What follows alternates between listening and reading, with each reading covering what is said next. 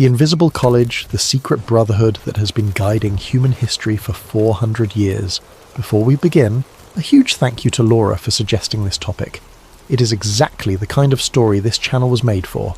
And if you are enjoying sleep theories, please take 10 seconds to leave a review on Spotify.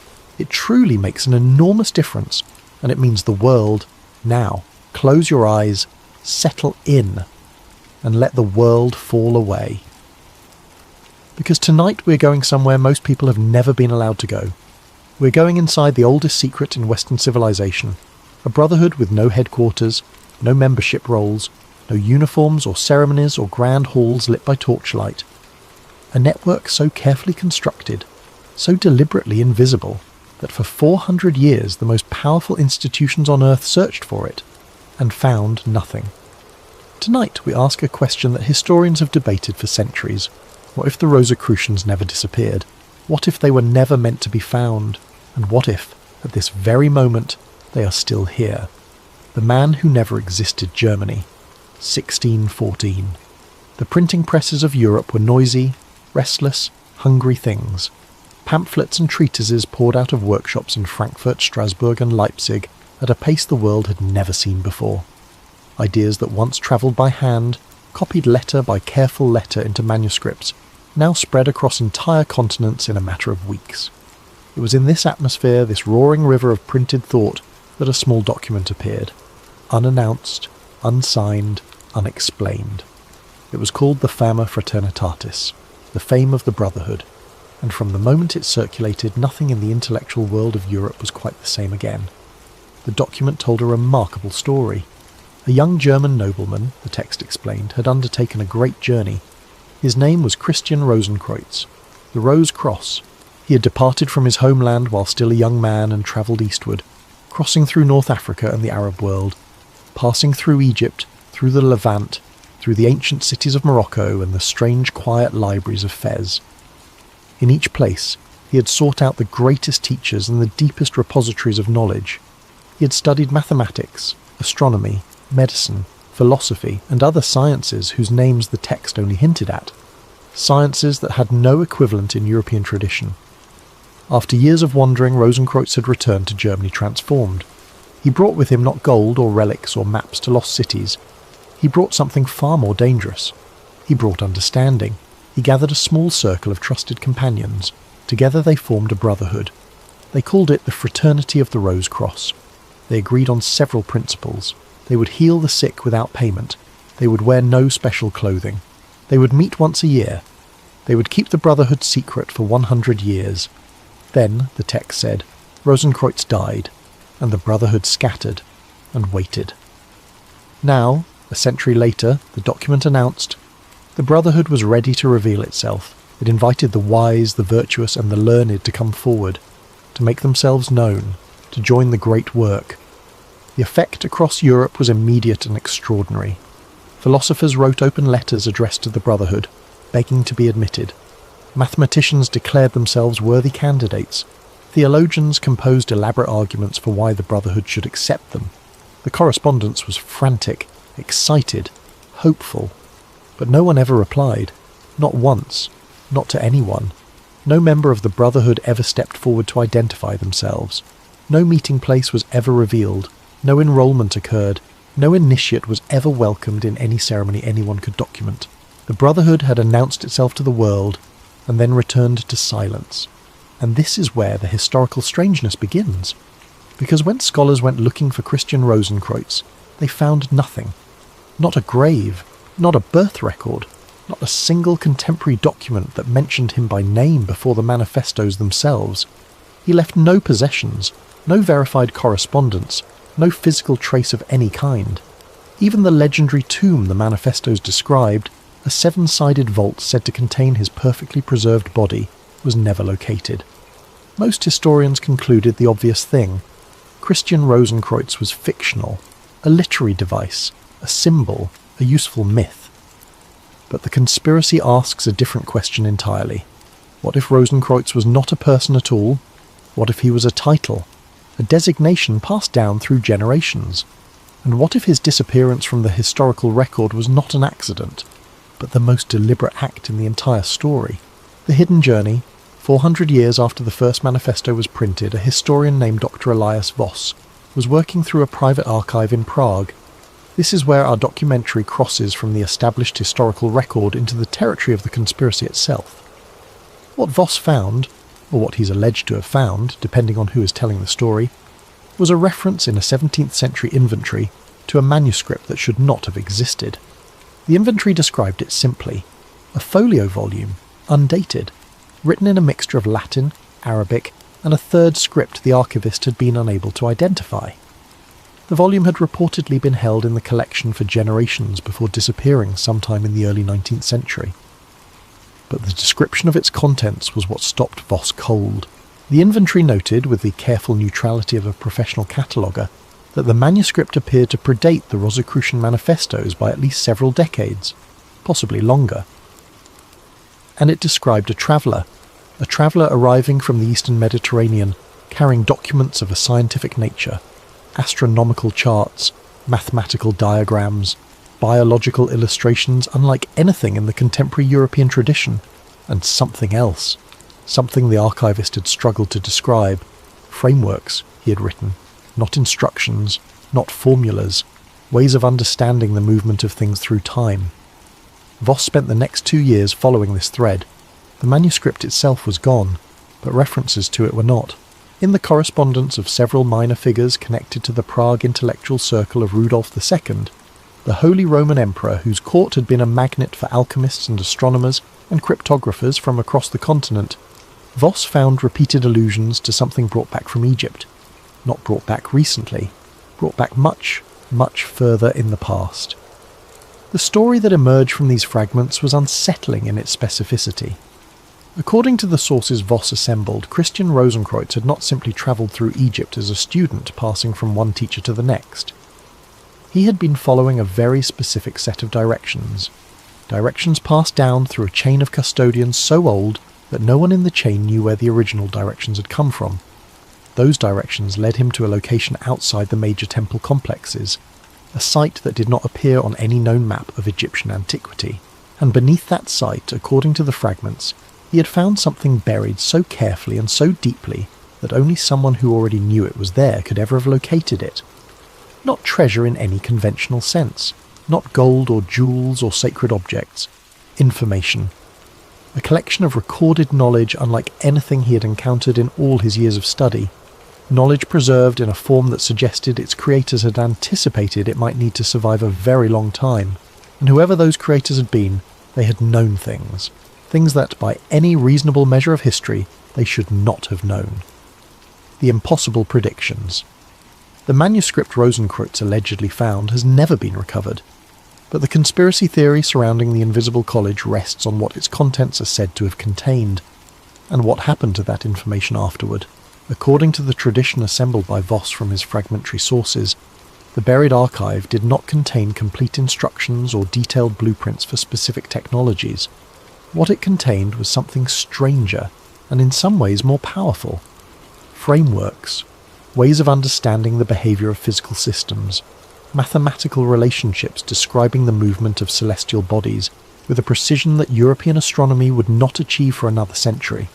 Geometric principles that appear to underlie both natural structures and engineered ones. Observations about biological processes, about the relationship between organisms and their environments, expressed in a language that had no equivalent in the European scientific tradition. None of it told you exactly what to do. All of it told you how to think. And when Voss began comparing these alleged frameworks to the actual history of scientific development in Europe over the following centuries, he found something that disturbed him deeply. The sequence was wrong. Not dramatically wrong. Not in a way that would have been obvious to a casual reader, but wrong in the specific technical directional sense that a careful historian of science could not easily dismiss. Several of the major theoretical breakthroughs of the 17th and 18th centuries appear to follow a pattern. Not the pattern you would expect from independent discovery, where ideas emerge at different times in different places along different lines of reasoning. Instead, a pattern that looked more like guided development. Like someone had decided which idea needed to appear next, and had arranged for the right person to encounter the right set of problems at the right moment. The orbital mechanics of Kepler, the the calculus of Newton and Leibniz, the chemical theory that would eventually become the foundation of modern medicine, the geometric principles underlying the architectural revolution of the Renaissance. Each of these appeared in Voss's analysis to have been preceded by a quiet period of correspondence, letters passing between figures who would later be recognised as pivotal, meetings between men who had no obvious professional reason to be in contact with each other, private journals that showed an unusual convergence of ideas from sources that should have been entirely separate. Someone had been moving information around, not loudly, not obviously, but consistently, patiently, and with what appeared to be a very long-term plan. Consider for a moment what the history of the scientific revolution looks like from the outside. It appears as a sudden flowering, as if after 1500 years of relative intellectual stagnation in Europe, something broke open in the span of a single century and the modern world poured through.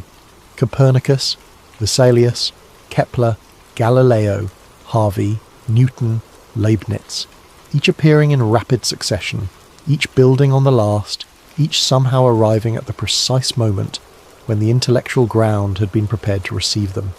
Historians of science have long noted how improbable this clustering seems. Not impossible, they say. The printing press created new conditions for the spread of ideas. The collapse of certain medieval institutional authorities created new freedoms for inquiry. And so, a concentration of breakthroughs in a particular century can be explained by structural factors without appealing to conspiracy. But Voss had noticed something those structural explanations did not account for. The clustering was not random within the century, it was sequential. Each breakthrough appeared at the precise moment when the previous breakthrough had been sufficiently absorbed to make the next one possible. Not immediately after, that would have been too fast, and not after a long delay, that would have suggested no connection, but with a timing so consistent, so metronomic in its spacing, that Voss had eventually tabulated it in a simple chart. The chart showed a rhythm, a patient, deliberate rhythm, as if someone had been scheduling deliveries, as if the ideas had been held in reserve, somewhere, by someone, and released at intervals calculated to maximise their impact, without overwhelming the capacity of the civilization to integrate them. This was not the way knowledge was supposed to work. Knowledge, in the conventional model, emerged when it was ready, when the conditions of inquiry had developed sufficiently for a particular question to be asked and answered. It was pulled forward by human curiosity, not pushed from behind by some invisible hand with access to a calendar. Unless, Voss thought, someone had known in advance what questions needed to be asked, and had arranged for the right people to ask them. He turned back to the correspondence records. He was looking for something specific now, not just the connections between famous figures, but the connections between those famous figures and the quieter people around them, the intermediaries, the facilitators, the individuals who appeared briefly in the margins of history, who introduced this mathematician to that philosopher, who sent this astronomer a book he had not known to look for, who arranged for this physician to have access to a private collection of anatomical drawings that should not, strictly speaking, have been available to him. They were everywhere, once he knew how to look, and almost none of them were famous. The Invisible College. The name itself is not invented. It is historical. In the middle of the 17th century, a group of natural philosophers in England began meeting informally to discuss the new science. They had no official standing, no institutional home, no royal charter. They called themselves, with a knowing irony, the Invisible College. That group would eventually become the Royal Society of London, one of the oldest and most prestigious scientific institutions in the world. But within the conspiracy framework that Voss was assembling, the Invisible College was something much older than those meetings in London coffee houses. It was not a building or an organisation, it was a method. The method worked like this. Someone, somewhere in the network, identified a mind worth cultivating. Not necessarily a genius in the dramatic popular sense. More often a person with an unusual capacity for synthesis, for seeing connections between things that appeared unrelated, for tolerating uncertainty long enough to arrive at something true. That person would begin receiving things, not membership cards, not invitations to secret ceremonies, just things. A book, recommended by an acquaintance who mentioned it almost in passing. An introduction to someone working on a related problem in a different field. A letter from an unknown correspondent who raised a question that turned out to be exactly the right question, at exactly the right time. An opportunity that presented itself with suspicious convenience. None of it was traceable. None of it announced itself as anything other than ordinary intellectual life. The normal luck of curious and capable people finding each other in a world that sometimes seemed to reward effort and insight. But behind it, according to the theory, was a network that had been running this process for 400 years. And the network had a principle it never violated. It never revealed itself, not to outsiders. And, the theory suggests, not always even to its own members. Most people inside the network on this account were never told they were inside it. They simply found that doors opened for them, that the right ideas reached them at the right times, that the world seemed, in some subtle and inexplicable way, to be cooperating with their best impulses. They thought they were lucky. They were curated. The strange pattern. Voss had been trained as a skeptic. He had spent his career dismantling romantic myths about the past, restoring the ordinary, unglamorous, complicated truth beneath centuries of embellishment. He did not arrive at the invisible college as a believer. He arrived as a professional, following evidence, and the evidence kept multiplying. He began constructing what he called a correspondence map, a visual representation of who was writing to whom, who was meeting who was recommending whom to whom, across a 400-year span of European intellectual history. The map was not supposed to reveal a pattern. It was supposed to show the messy, chaotic, undirected web of human curiosity that historians understood to be the actual engine of intellectual progress. Instead, the map showed something else, not control, not the kind of centralized authority that conspiracy theories usually imagine, some shadowy committee in a stone room deciding who gets to discover what and when. Nothing that crude, nothing that Hollywood, something more like gardening. Certain individuals appeared as nodes, points where an unusual number of connections converged. Not famous people, at least not always. Sometimes minor figures, obscure scholars, forgotten librarians, provincial physicians who never published anything significant in their own names, but who appeared, again and again, in the correspondence of people who changed the world. These connective figures seemed to function as relays, points through which information passed, not from their own minds, but through them, from one part of the network to another, and they shared one other characteristic that Voss found himself unable to explain by any ordinary means. They left the same mark, not always visibly, not always literally, but in private journals, in the margins of manuscripts, in the wax seals of letters that were never meant to be read by posterity. The same symbol appeared with a frequency that was statistically impossible if you accepted the assumption of coincidence. A rose, a cross, the two together, sometimes drawn, sometimes represented in code, sometimes embedded in the structure of a text or diagram, in a way so subtle that only someone who already knew to look for it would ever notice. Voss found it in the papers of a Flemish mathematician who died in 1642, in the private journal of an English physician who had been present at the founding of the Royal Society, in the architectural sketches of a Venetian builder whose bridges were still standing, in the personal seal of a French philosopher whose work had influenced an entire generation of Enlightenment thinkers, always the same, never explained, never acknowledged, just present. Like a signature, like a quiet announcement left for those who could read it, that a particular mind had been touched by the network. Voss began documenting each instance. The list grew longer than he had expected. By the time he had finished his survey of the 17th century alone, he had found the symbol, in one form or another, in the private papers of 43 separate individuals spanning 7 countries and 4 distinct scientific disciplines. None of these individuals had, in the public record, any particular connection to Rosicrucian thought. Several of them had explicitly dismissed the Rosicrucian manifestos as forgeries or frauds in their published writings, which raised an obvious question. If they were dismissing the manifestos in public, why were they marking their private correspondence with the symbol at the centre of those manifestos? There were several possible answers, and Voss had spent a long time weighing them against each other.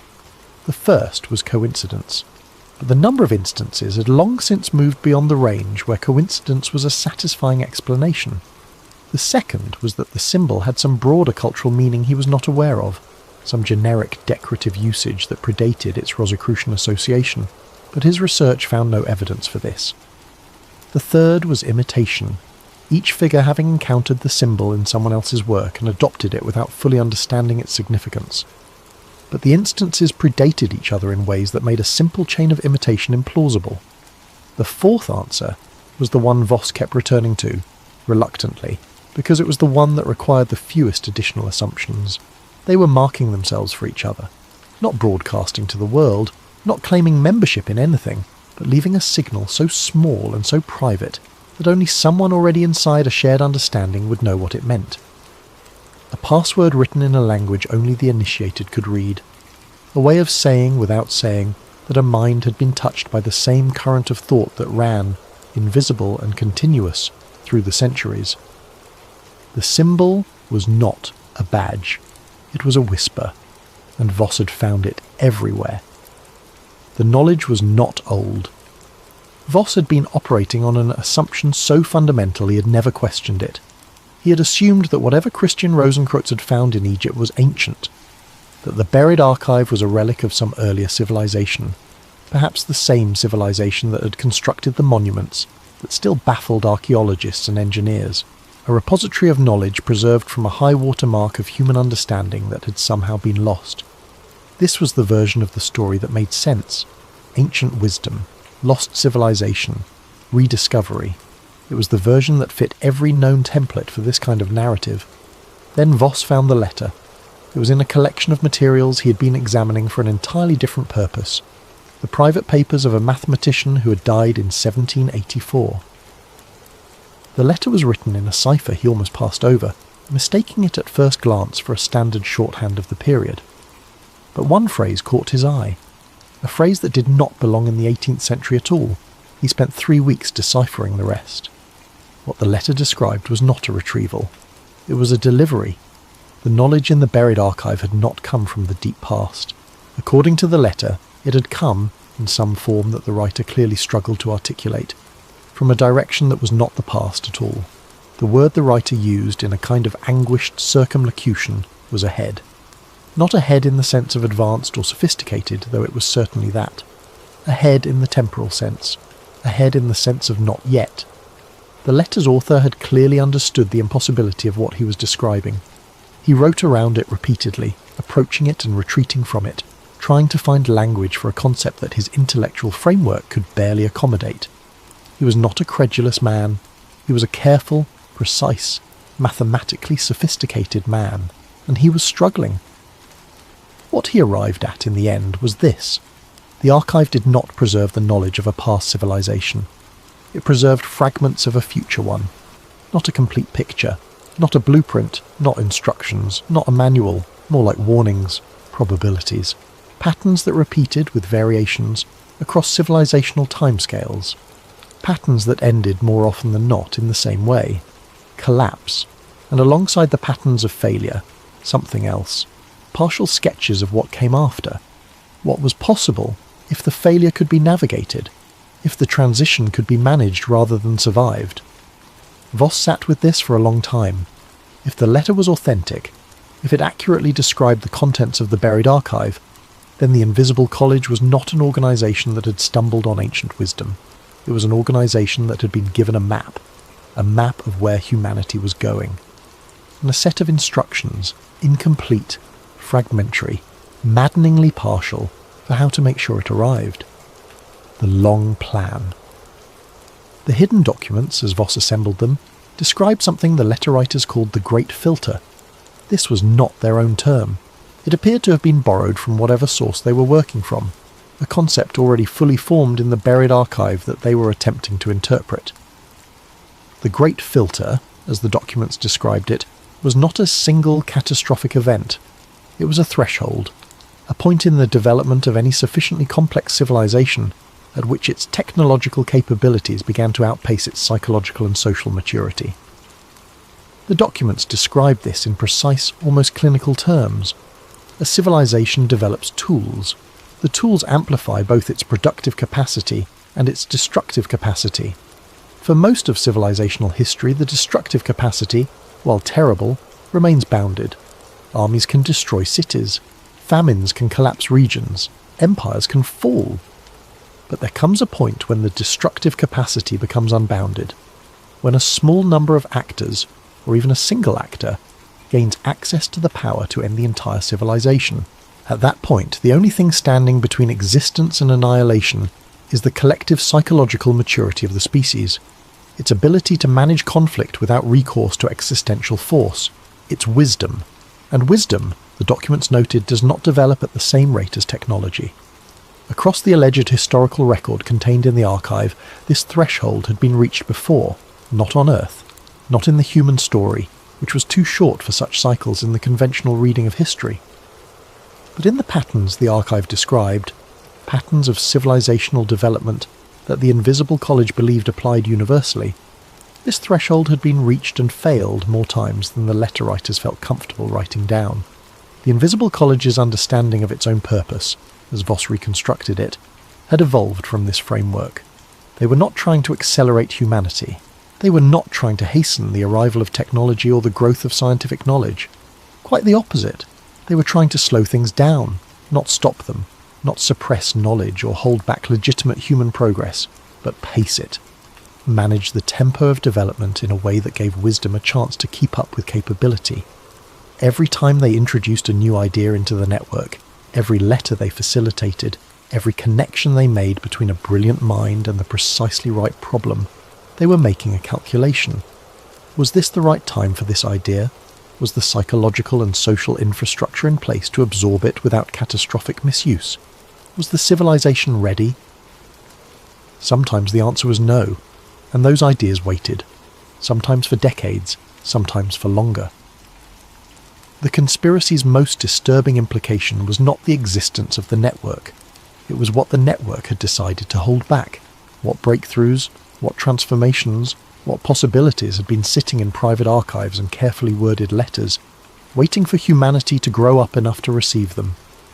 Voss found himself sitting with this question for a very long time one evening, in a small hotel room in Vienna, with his notes spread across the bed and a cup of cold coffee on the desk beside him. He was thinking about medicine. The history of medicine was, in one sense, the history of unnecessary suffering. Diseases that killed millions for centuries were eventually found to have simple causes and relatively simple treatments. The germ theory of disease, the mechanisms of infection, the principles of antiseptic technique. These were not, in retrospect, mysterious or incomprehensible ideas. They were, once arrived at, almost obvious. The question that historians of medicine had always found difficult to answer was not why these ideas were eventually discovered, but why they took so long. What if, Voss thought, the answer was not that the ideas were difficult? What if the answer was that they had been held, not out of cruelty, not out of indifference to the suffering of the people dying of diseases that could have been prevented, but out of a calculation, a cold and terrible calculation, that a civilization that received the germ theory of disease before it had the social infrastructure to manage the implications, before it had the institutional capacity to distribute the resulting treatments equitably, before it had the political maturity to prevent the weaponization of the same knowledge that could save lives, would be worse off than a civilization that arrived at the idea more slowly, along a path that built the necessary foundations first. It was the most morally serious version of the conspiracy Voss could imagine, not a network of men playing God for their own benefit, not a cabal of self-appointed elites hoarding power for its own sake, but something far stranger and far more difficult to judge. A group of people who had genuinely believed, across 4 centuries, that the price of their silence was acceptable because the alternative was worse. Who had looked at the patterns of civilizational collapse in the archive and concluded that the kindest thing they could do for humanity was to slow it down. They had made themselves the gatekeepers of the possible, and they had never asked anyone's permission. Voss was not sure whether this made them heroes or monsters. He was not sure it mattered. What mattered was that if they were real, and if the archive was real, they were still doing it. Right now. Tonight. While he sat in this hotel room in Vienna with cold coffee and a head full of impossible history, someone, somewhere, was making the same calculation. The modern world Voss had spent years in archives. He was comfortable with the past. The past was fixed. It had already happened, and however strange or disturbing it revealed itself to be, it could not reach back and touch him. The modern chapter of his investigation was different, because the evidence he began finding was not old, it was recent. The network, if it existed, had not dissolved when printing gave way to telegraphs, or when telegraphs gave way to telephones, or when phones gave way to the internet. If anything, the evidence suggested the opposite. The network had become more sophisticated with each new medium of communication, not less. It had adapted. It had used each new technology to improve the speed and subtlety of its operations. Voss found patterns in the modern history of scientific and technological development that looked, to his trained eye, uncomfortably similar to the patterns he had traced in the 17th and 18th centuries. Certain research programs that had appeared to be on the verge of major breakthroughs, only to lose funding, key personnel, or institutional support at critical moments. Not suppressed dramatically, just redirected, slowed, quietly starved of the specific resources they needed to reach the next stage. Other programs that had appeared to come out of nowhere, advancing at improbable speeds, with access to resources and talent and institutional backing that seemed disproportionate to their apparent origins. The pattern in both cases was timing, not what was being developed. When? Certain technologies arriving at moments when the broader social and psychological infrastructure could manage them. Others being held at a particular stage until that infrastructure caught up.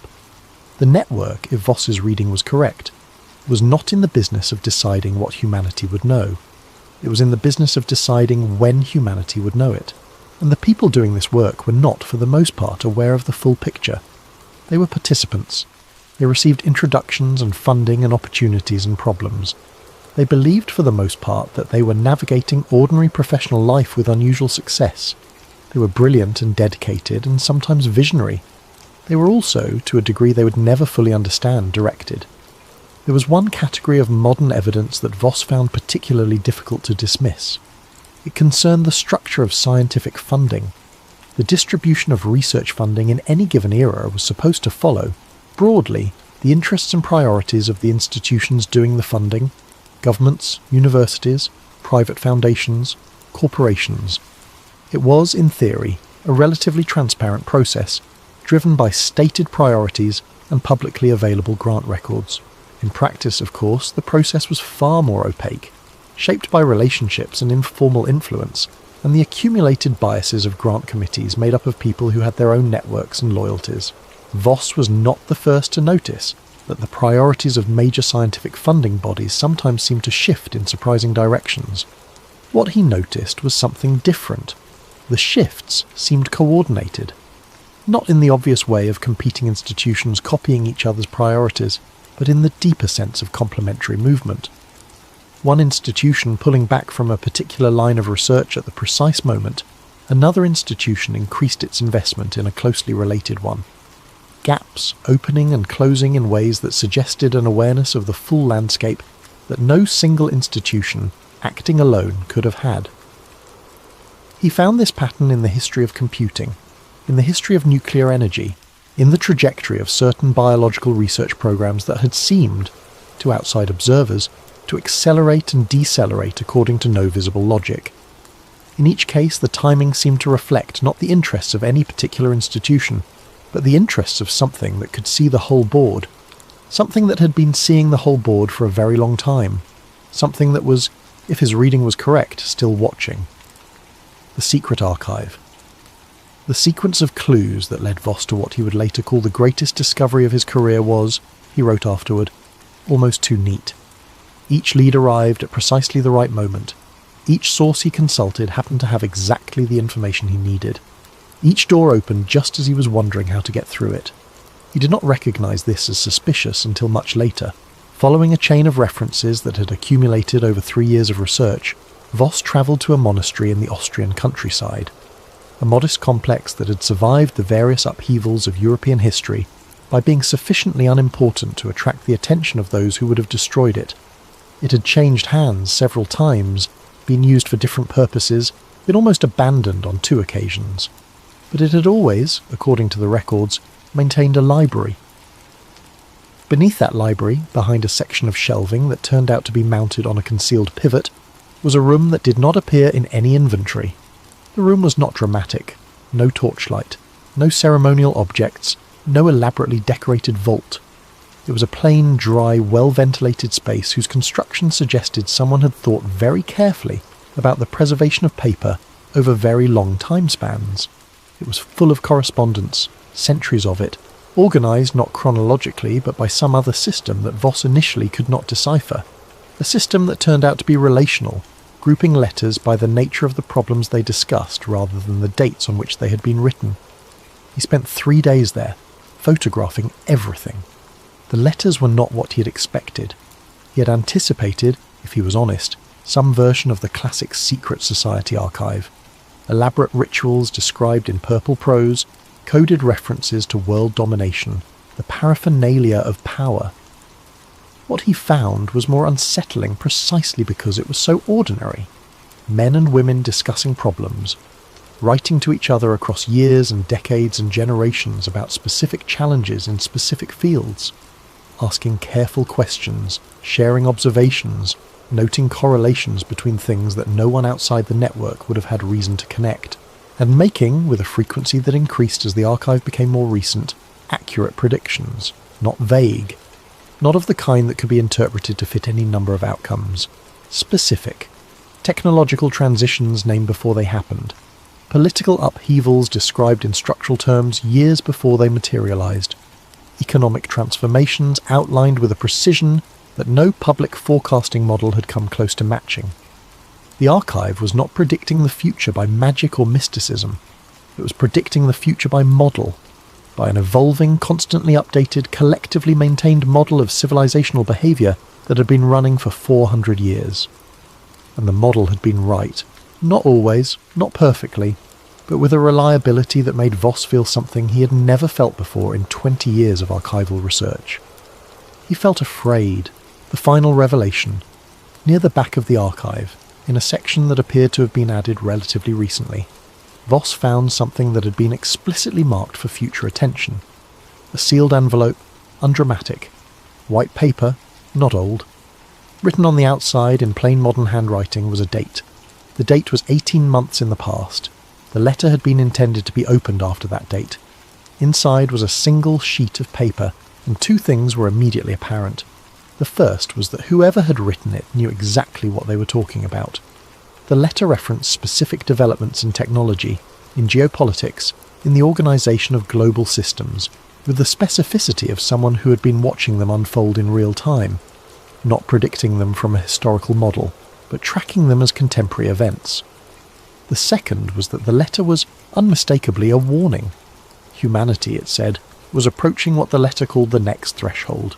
Not the same threshold as before, not the simple, unbounded destructive capacity of earlier industrial technology.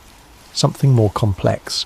A threshold involving the relationship between human cognition and the systems humans were building to augment and eventually to replicate it. The letter did not use the language of science fiction. It did not describe robot uprisings or digital consciousness in the theatrical terms that popular culture had made familiar. It described something more subtle and more dangerous, a gradual externalization of human judgment, a slow transfer of consequential decision-making from human minds to systems whose operation could not be fully understood or predicted even by those who had built them. Not catastrophic in a single moment. Catastrophic in the way that erosion was catastrophic, imperceptible day by day, irreversible by the time it was visible. The letter described this as the current version of the Great Filter, the most sophisticated version yet encountered in the patterns the Invisible College had been tracking, and the most dangerous, because it was the first version in which the threat was not what humanity might do with its tools, but what humanity might become as a result of them. The letter ended with a paragraph that Voss would spend years turning over in his mind. Every generation of the network, it said, had believed it was approaching the end of its work, that the next stage was almost here, that humanity was almost ready. Every generation had been wrong in this hope, not because humans were not progressing, but because the destination itself kept advancing, kept becoming more complex, kept requiring more of the species trying to reach it. But this generation, the letter said, was different, because this was the first generation in which the question of whether humanity would survive was being decided not over centuries, but over decades, and possibly over years. The Invisible College, the letter concluded, had never been more necessary, and it had never been more afraid. The gardener's Voss returned to Prague. He filed his photographs. He organised his notes. He began the slow, difficult work of deciding what to do with what he had found. He thought about what the archive had taught him. Not about the Invisible College specifically, not about the rose and the cross and the centuries of careful correspondence, about something deeper, about the strange, counterintuitive nature of the task those letter writers had set themselves. They had not been trying to make humanity great. They had not believed, or at least had not acted as if they believed, that greatness was something you gave to a civilization from the outside. They had been doing something much harder and much quieter than that. They had been keeping a fragile thing alive, the way you kept a garden alive, not by controlling every plant, not by directing every root and leaf and flower, but by creating the conditions under which life could find its own way, by removing the obstacles that would have killed it prematurely, by introducing the nutrients it needed at the moments when it could absorb them, by watching, always watching, with the patience of something that understood it was working on a timescale longer than any single human life. They had known, all those letter writers across all those centuries, that they would not see the end of what they were working toward. That was the nature of their inheritance and their gift. You served the work. The work did not serve you. You planted trees you would never sit beneath. You laid foundations for buildings that would not be finished in your lifetime or in your children's lifetime, and you kept your name out of it. Because a name was a liability. A name attracted attention. And attention was what the network had survived 400 years without. Voss began writing. Then he noticed something. He had been making notes on his investigation for years, and in all that time he had been helped, consistently, by a series of people whose involvement had seemed entirely natural at the time. A librarian in Vienna who had directed him, with unusual precision, to exactly the source he had not known he was looking for. A professor in Leiden who had connected him with the archivist in Prague. The archivist himself who had mentioned, almost as an afterthought, the monastery in the Austrian countryside. A researcher he had met at a conference who had given him, unbidden, the key to the cipher in the 18th century letter. He had thanked all of them. He had moved on. It was the ordinary texture of academic life, the serendipitous kindness of colleagues, the normal luck of a careful researcher following a productive line of inquiry. Now, sitting with everything he knew, he looked at that sequence differently. None of them had ever asked him what he was working on before helping him. They had simply appeared, offered precisely what he needed and moved on. None had ever followed up to see what he had found. None had left contact details he was able to verify when he tried to reach them afterward. Each had moved him, with quiet and apparently casual efficiency, exactly one step closer to the archive. Voss sat very still for a long time. The question that settled over him was not frightening in the dramatic sense. It was something quieter than fear. Something closer to the feeling you had when you realized that a conversation you had thought was casual had actually been very carefully designed, and that the person designing it had known, before you entered the room, exactly where they wanted you to end up. He asked it slowly. To no one in particular. To the room. What if they wanted me to find this? What if all of it, every clue, every open door, every precisely right connection, had been arranged? Not to expose them, not to bring the network down, but because, after 400 years of working in silence, the Invisible College had decided that the time had finally come to be seen. Not by everyone, by the right person, at the right moment, with the right story to tell. And as Voss sat with that thought, something else occurred to him. Something that should perhaps have been obvious from the beginning. Something that the letter in the sealed envelope had been pointing at all along. The Invisible College was not just an institution that had survived for 400 years. It was an institution that had survived because it had always known, with a certainty that came from the strangest possible source, that it needed to. Because the future it had been given a glimpse of was not fixed. It was a fork in a road, and on one path was a world in which someone had been paying attention, and on the other path was the alternative.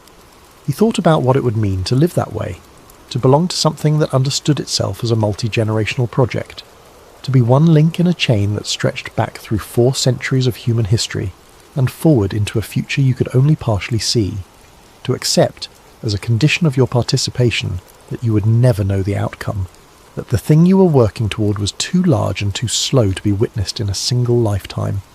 Most people, Voss thought, could not do that. Most people needed to see results, needed to feel that their contribution was visible, that their effort connected directly to something they could point to and say, "I did that." that exists because of me. The Invisible College, as the archive described it, had attracted a different kind of person, someone who understood that the most important work was often the work that no one saw, that the gardener who spent 30 years improving the soil of a particular field might be more responsible for the harvest than the farmer who sowed the seed, even though the farmer's name would be the one remembered. Someone who was comfortable with invisibility, who had made peace with the knowledge that their contribution would be absorbed into the broader flow of things, indistinguishable from ordinary luck to anyone who did not know what to look for, who had chosen this kind of service over the louder, more recognisable forms of achievement that the world rewarded. Not saints, not martyrs. Gardeners was the right word. Patient, practical, unglamorous people who understood the work and were willing to do it across time spans that made individual ambition look like a small and slightly embarrassing thing. Voss sat for a very long time. Then he picked up his pen and began to write the first sentence of what would eventually become his account of the Invisible College. He wrote, "In the 1613th year of the 17th century, a document appeared in Germany with no author and no publisher and no explanation, and everything that followed from that moment was in the deepest sense deliberate." He paused. He looked at the sentence for a long moment. Then he crossed out the date, because he had remembered at the last possible moment that the date was wrong. And as he corrected it, he noticed for the first time that his pen was the same pen the researcher at the conference had pressed into his hand 18 months earlier, saying only that he had noticed Voss's had run dry. He had not thought to wonder then how the researcher had known.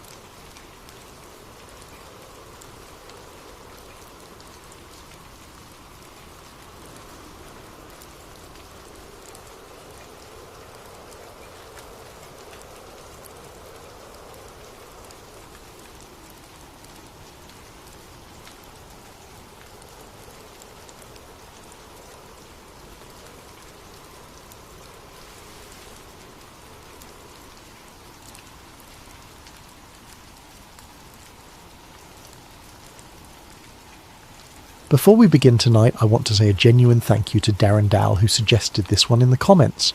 Also, if you are listening on Spotify right now and you have not left a review, please take 10 seconds to do that before you fall asleep. It costs you nothing. It takes almost no time at all. And it genuinely helps this channel reach more people who need a quiet, thoughtful place to land at the end of their day. Okay, lights down and let's begin. There is a forest in the west of Scotland that most people have never heard of.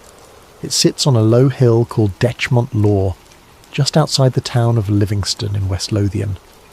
It is not a dramatic forest. It is not ancient or particularly large. By Scottish standards, it is modest, unremarkable. The kind of place a dog walker visits on a Tuesday morning without giving it a second thought. The kind of place that does not appear on anyone's list of places to see before they die. The trees are mostly deciduous, bare in November. The ground is soft. The paths are worn in the way that familiar places become worn through ordinary repetition, gently, gradually, by the weight of people going about their lives. Nobody writes songs about Detchmont Woods. Nobody makes pilgrimages there for the scenery. But people do make pilgrimages there. Quiet ones. People who drive out from Livingston on a grey afternoon and walk the same path that a forestry worker walked on a November morning in 1979, and stand in a specific clearing on that low hill and look at the ordinary grass and the ordinary trees and the ordinary sky, and try to understand what it was that happened here. Because what happened here has never been explained.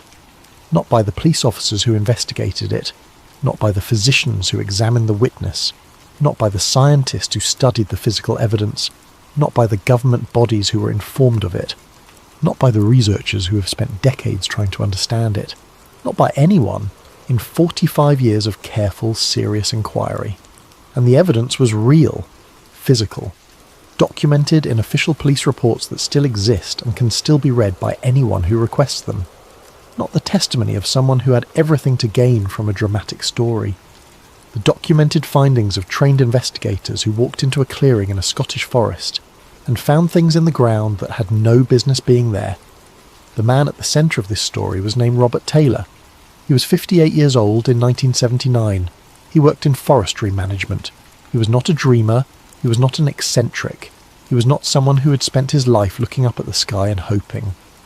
He was a working man in a working landscape, and the world he inhabited was made of soil and timber and seasons, and the quiet, methodical rhythms of land maintenance.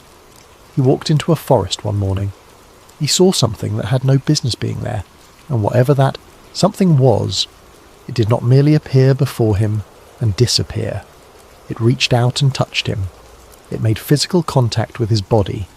It left evidence on his clothing. It left evidence in the ground. It left something in his throat that a doctor could detect hours later. And it left something in his mind that was still there when he died, at the age of 88, in 2007. Something that no amount of time or rational inquiry ever quite washed away. Tonight, we go into Dechmont Woods. We trace the encounter itself, from the moment Taylor parked his truck at the edge of the hill to the moment he woke up alone on the forest floor. We walk through the investigation, what the police found, what the doctors found, and the extraordinary legal classification that was ultimately applied to this case. We examine the witness, because in a case like this, the credibility of the person at its centre is everything.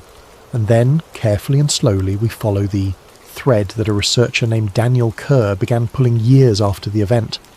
A thread that leads not toward the stars, but towards something far closer, far colder, and far more disturbing.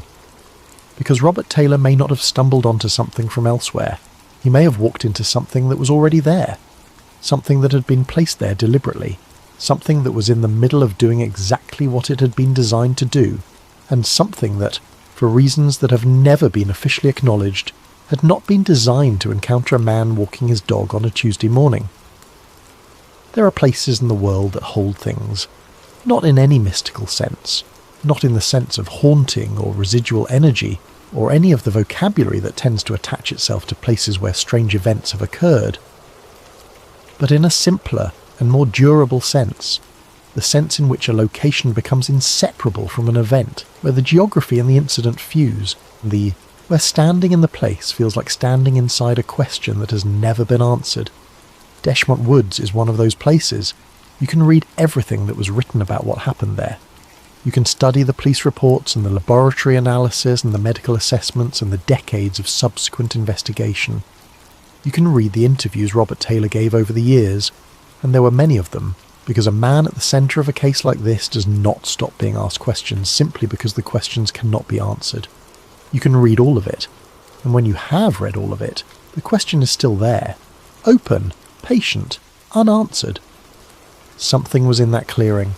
We do not know what, but we know it was real. We know it left evidence. We know that a man's life was changed, in ways both large and small, by the few minutes he spent inside it. And we know, and this is perhaps the most important thing we know, that the institutions responsible for investigating such events did not investigate them. They contained them, they acknowledged them, and then surrounded them with a bureaucratic silence that has endured, in this case, for more than 4 decades. That silence is itself a kind of evidence. Let us begin. Part 1. The Man Who Walked into the Morning. To understand what happened in Dechmont Woods, you need to first understand who Robert Taylor was, not as a UFO witness, not as a case study, as a person. Because his character is not incidental to this story. It is the reason the story endures. It is why, after 45 years, the people who examine this case seriously keep arriving at the same uncomfortable conclusion. This man told the truth. He was born in 1921 in Livingston, West Lothian, which means he was born into a world that was already struggling, into the years between the wars, when the promise of the armistice had curdled into economic depression and the shadow of the next catastrophe was already gathering in the distance. He came of age during the Second World War. He was part of the generation that experienced that war not as history, but as the defining texture of young adulthood, its rationing, its losses, its particular combination of fear and solidarity, and the peculiar clarity that comes when survival is not guaranteed. That generation is often described as stoic. The word is accurate but incomplete. What they had was not merely a suppression of emotion. It was a deep and practiced relationship with the factual, with what was real, what could be demonstrated, what could be touched and measured and trusted. They were, as a rule, suspicious of embellishment, uncomfortable with drama for its own sake, inclined toward understatement in proportion to the size of the thing being described. Robert Taylor was that kind of man. He had worked with the Livingston Development Corporation for years by the time of the incident, managing and maintaining woodland across West Lothian. This was practical, unglamorous, essential work. It meant knowing the land with the intimacy that only comes from sustained physical relationship. The way a given patch of ground drains after rain, which trees are healthy and which are not. The condition of paths and access tracks. The slow seasonal pulse of growth and decay that most people experience only as scenery, and that Taylor experienced as the substance of his working days. He knew Detchmont Woods specifically. He had walked those paths many times. The clearing he was heading toward on the morning of November 9th was not a discovery. It was a destination he knew well. A place he had been before, a place he would have been to again if things had gone differently that morning. He was not the kind of man who looked at a forest and saw mystery. He saw work. He saw management challenges and drainage problems, and the evidence of animal activity and the health of the canopy. He brought to the natural world the same practical, attentive gaze that he brought to everything. He had a red setter. The dog went everywhere with him. This is a detail that seems small but matters. The presence of the animal, its behaviour during the encounter, and what that behaviour communicates about the nature of what Taylor experienced. On the morning of November the 9th, 1979, Taylor woke in his house in Livingston and went to work the same way he went to work every morning.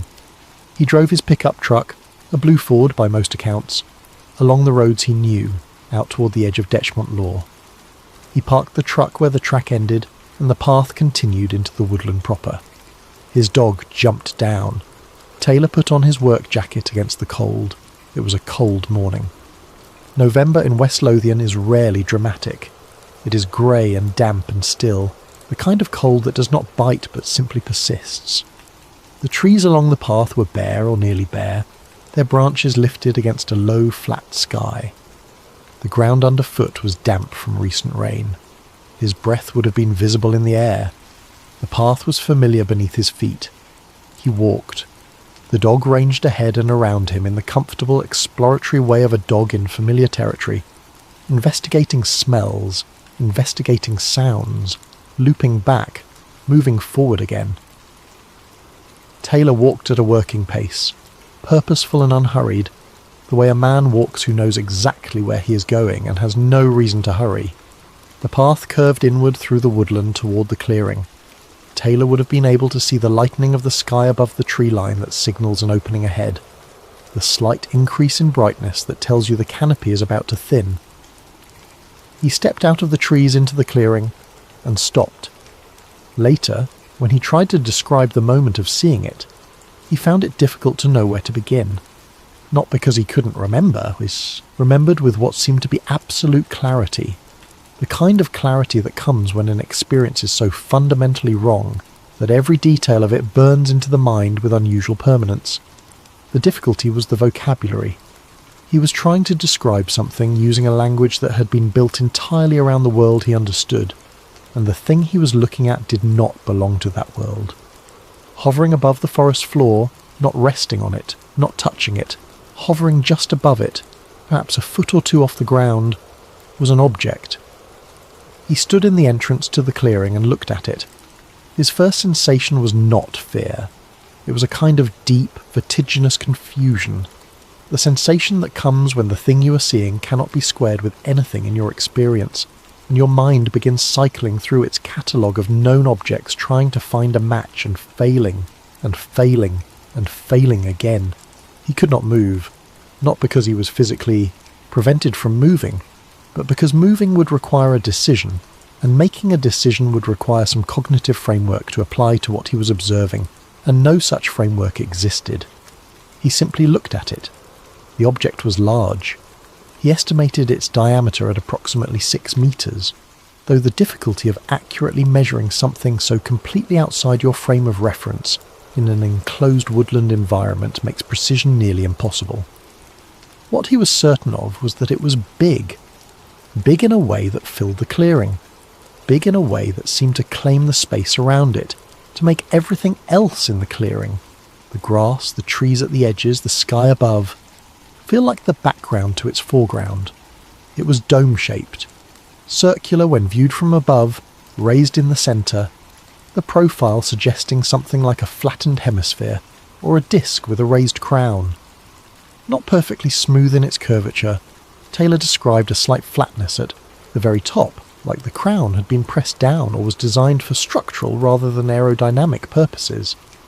The underside was not visible to him directly, sitting as he was at the edge of the clearing and looking across at it, rather than from above, but the way it floated close to the ground suggested the underside was minimal, that the volume of the thing was in that raised dome, and that whatever was generating its position above the ground came from below. The surface was dark. This is the word Taylor used most consistently across years of interviews. Dark. Not black exactly, more a deep absorptive grey-black, the colour of metal that has been left outside in weather for years, that has taken on the particular heaviness of aged exposed material. There was no shine to it, no reflection of the pale November sky. The surface consumed light rather than returning it. When Taylor looked at it, it did not gleam. It absorbed. Around the lower rim, Taylor described protrusions. His word choices shifted slightly across different accounts. Flanges, blades, fins, as though he was always reaching for something more precise, and never quite finding it. What remained consistent was the arrangement, evenly spaced around the lower perimeter of the dome, protruding outward and perhaps slightly downward, structural elements of some kind. They were not decorative. They had the look of things that served a function. What that function was, he could not say. The quality that Taylor returned to most consistently, in interview after interview over the following decades, was the behaviour at the edges. The object shimmered. Not in the way that heat haze shimmers above a road in summer. Not in the way that a reflection shimmers on water, in a more fundamental way. The edges of the craft appeared to be in motion in a manner that Taylor struggled to articulate. A rippling, a flickering, an instability that was not in the object itself but seemed to be in the boundary between the object and the air around it, as though the thing had not fully committed to being where it was, as though it was in the process of arriving or the process of leaving, and he had caught it at some transitional moment between one state and another. He stood there, and then the smaller objects appeared, from the area around the base of the primary craft, from the region where the underside of the dome floated closest to the forest floor. 2 smaller objects emerged and began moving toward him. Taylor would spend years trying to describe them accurately. What he consistently reported was this: roughly spherical, approximately the size of a large football or slightly bigger, dark, consistent in colour with the larger object above. Their surfaces were covered with protrusions, spikes or projections, arranged around the sphere the way spines arrange around a sea urchin, or the way the triggered arms of a naval mine extend from its body. They were solid. They were mechanical in appearance. There was nothing organic about them, nothing that evoked an animal or a creature. They were objects, constructed, manufactured objects, and they moved with a directness and a purpose that eliminated any possibility that their approach was accidental or random. They came toward him. His dog's behaviour changed. The red setter, who had been ranging ahead in the clearing, stopped moving the moment the smaller objects appeared. The dog turned, looked at them, and then something shifted in the animal's body in a way that Taylor had never seen before in years of working with the dog in outdoor environments. The setter began to bark, not the alert, curious bark of a dog that has noticed something interesting, not the territorial bark of a dog establishing its position, but something lower and more urgent and more frightened. The dog retreated, came behind Taylor's legs, pressed against him, continued barking in that strange, deep, panicked register. Animals know things. This is not mysticism. It is observation. Dogs perceive frequencies of sound that humans cannot hear. They detect chemical changes in the air that are invisible to human senses. They are calibrated, through thousands of years of evolution and domestication, to notice things that the humans they live with are not equipped to notice.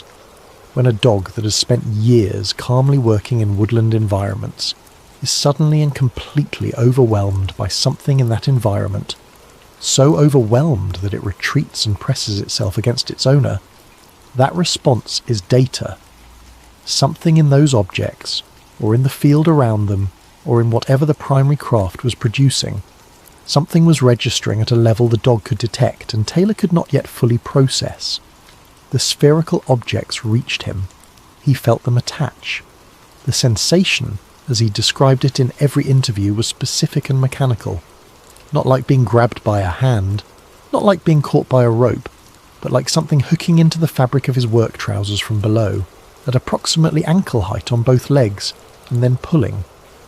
Not tentatively, not gradually increasing in force, pulling with immediate and significant force in the direction of the primary craft. He was being dragged forward, and then he noticed the smell. It hit him suddenly, the way strong chemical smells do. Without warning, at full intensity. He described it later as acrid, burning, metallic, sharp. The closest comparisons he could find were burned copper or some kind of industrial gas, though he was clear that it did not precisely match any smell he could identify from his experience. It was immediately irritating. His throat tightened.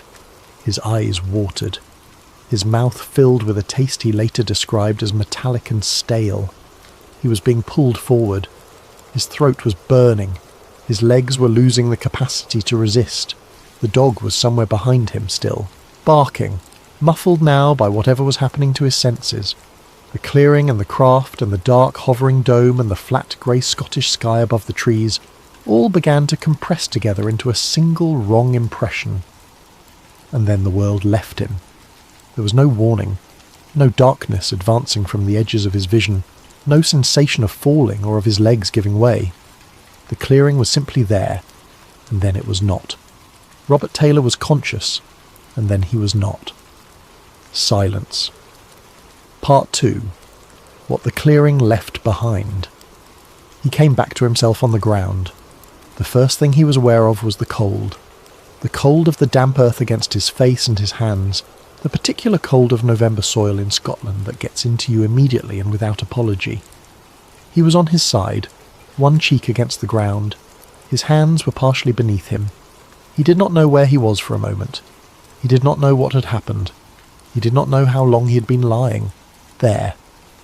The forest around him was quiet. The dog was no longer barking. The sky above the trees was the same grey it had always been. He was alone. He lay still and tried to produce a thought. His mind was not working the way minds normally work. There was a quality to his consciousness in that moment that he would later describe as scrambled, as though the contents of his awareness had been shaken out of their usual arrangement and had not yet settled back. He knew who he was. He knew, in a general sense, where he was. But the connective tissue of ordinary cognition, the running narrative, the awareness of context, the sense of time and sequence, was damaged in some way he could not immediately diagnose. He tried to speak. His voice did not come. He opened his mouth and formed the words and pushed air from his lungs and produced nothing, or at most a thin, damaged rasp that could not have carried more than a few feet. His throat hurt. It hurt in a specific way, different from the ordinary soreness of a cold or a strained voice. A burning chemical irritation concentrated in the upper respiratory tract, the kind of discomfort that comes from having inhaled something that should not have been inhaled. He tried to stand. His legs worked imperfectly. He could get to his knees, then to his feet, but his balance was compromised in a way that felt neurological rather than muscular, as though the signals between his brain and his body were travelling through interference, arriving slightly wrong, producing movements that did not quite match his intentions. He steadied himself against the nearest tree trunk and remained there for a moment, leaning into the bark, letting his feet find the ground.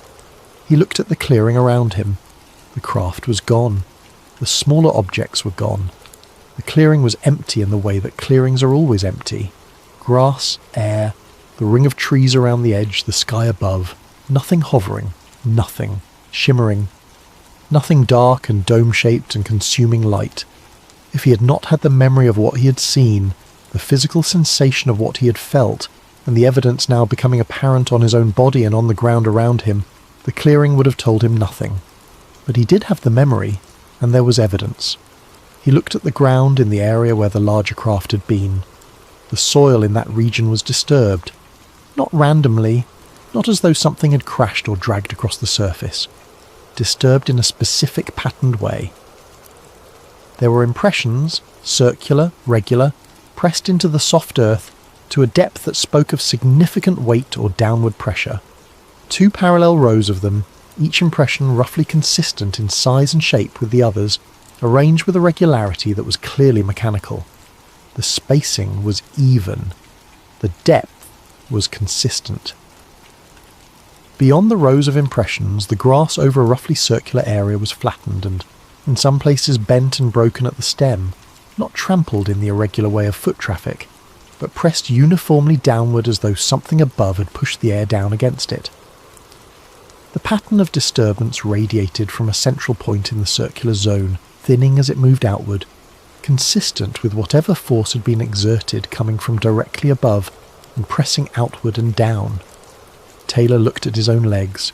The trousers were torn, both of them. The tearing was specific, upward, from ankle height on each leg, the fabric pulled and in some places separated entirely, small sections missing. The damage was not consistent with a fall. It was not consistent with contact with brambles or wire or any ordinary ground-level hazard. The pattern of tearing matched precisely the sensation he had experienced, something gripping the fabric from below and pulling upward and forward with significant force. He was looking at the physical record of everything he remembered. Everything he had experienced was written on the ground and on his clothing. The craft had been there. The smaller objects had been there. They had touched him. He had been pulled. And then he had lost consciousness. And when he had regained it, whatever had been in the clearing had gone. He began the walk back to his truck. It was not easy. His coordination was still impaired. His legs could carry him but required more conscious management than they normally did. He had to think about walking in a way that healthy, familiar walking does not require. He moved slowly, using trees for support where the path was uneven. His dog was somewhere ahead of him on the path, still agitated, glancing back. He reached the truck. He got in. He tried to drive and found that the vehicle became stuck on the track. His coordination was not sufficient for the demands of driving on the uneven ground, and he eventually abandoned it and continued on foot. He walked the remaining distance home. Mary Taylor saw him coming. She was in the house, and she saw him from the window or the door.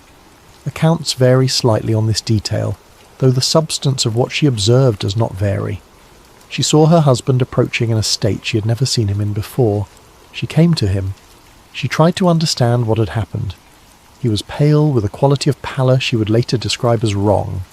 Not the pallor of cold or of exertion, but the pallor of someone whose blood has been redistributed away from their face by something more fundamental than weather.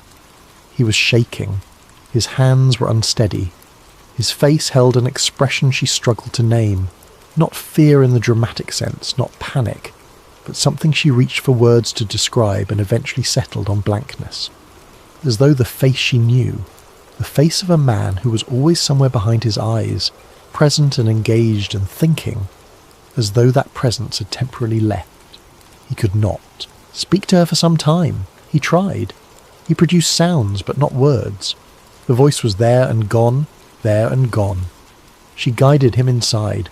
She made him sit. She looked at his clothing and saw the torn trousers and the marks on his legs.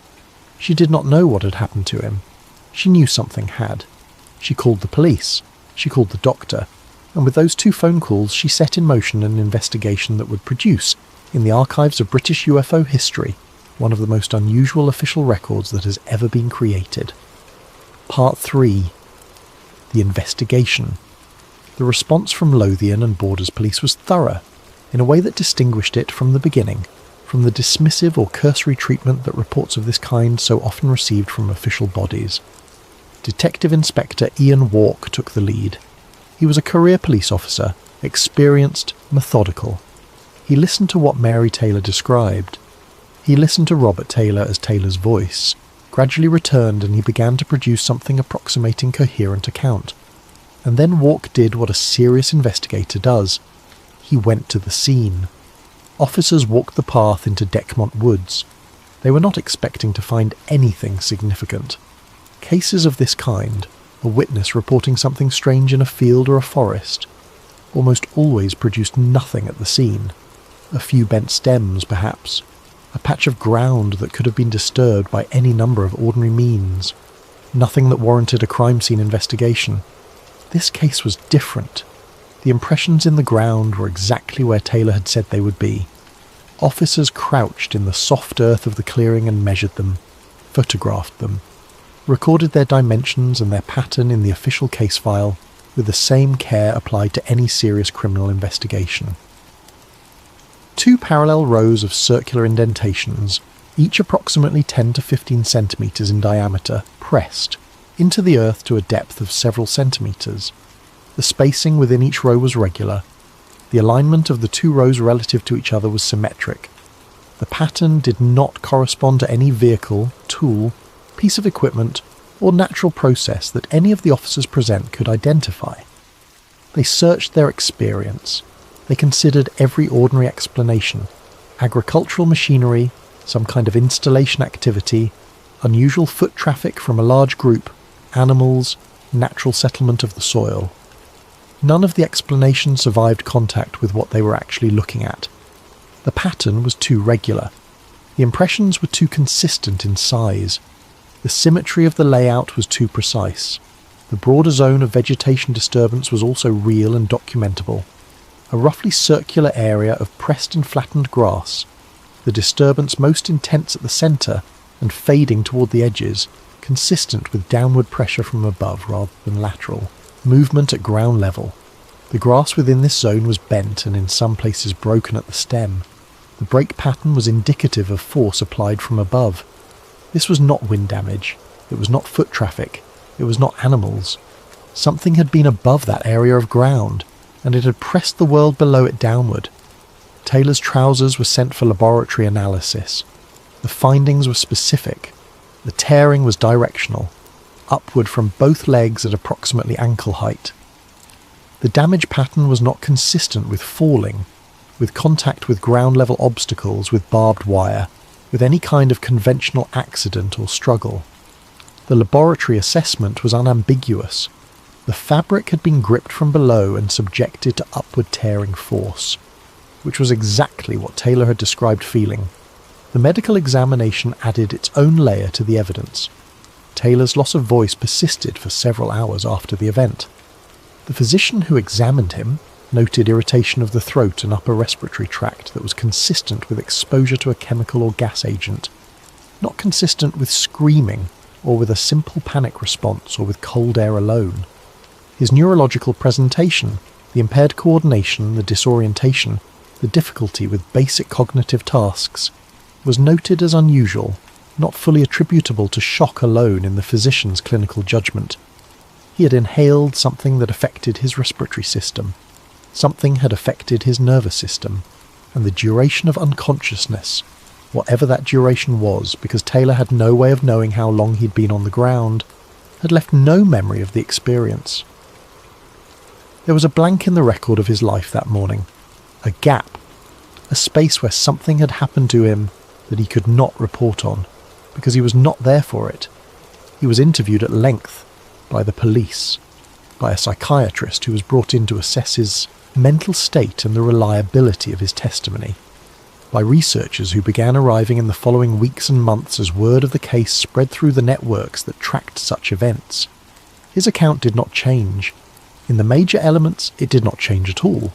In the specific sensory details, the colour and texture of the object, the behaviour at its edges, the way the smaller objects moved, the smell, the sensation of being pulled, it remained consistent across dozens of separate interviews conducted by different people in different circumstances over nearly 3 decades. He did not embellish. He did not expand the story to include beings visible through windows. He did not claim to have received communications or to have been taken inside the craft or to have seen the interior of anything. He reported exactly what he had perceived and no more. When he was uncertain about a detail, he said he was uncertain. When he did not know something, he said he did not know.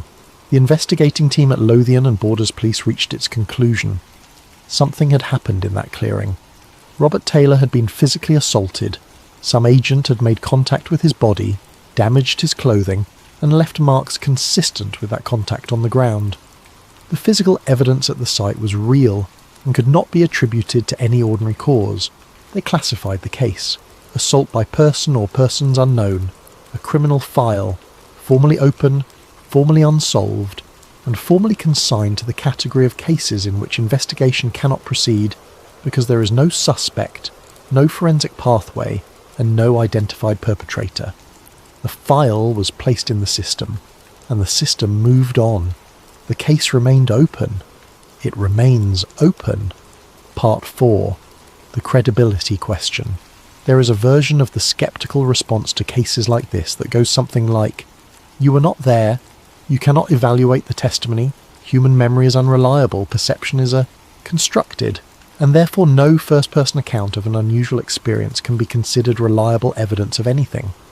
This version is philosophically coherent as far as it goes, but it goes nowhere useful, because applied with this level of rigour, it eliminates not just Robert Taylor's testimony, but all witness testimony of any kind, which is not a position that the legal and investigative systems that produced the Taylor case file actually hold. The question of Taylor's credibility was taken seriously by the people best positioned to evaluate it: the police officers who interviewed him, the psychiatrist who assessed him, and the colleagues and family members who had known him for years. The police were satisfied, in the specific trained sense of police investigators evaluating witness testimony, considering the internal consistency of the account, the witness's demeanour, the presence or absence of obvious motive to fabricate, and the relationship between the testimony and the physical evidence. They were satisfied. Detective Inspector Walk did not treat Taylor as an unreliable witness.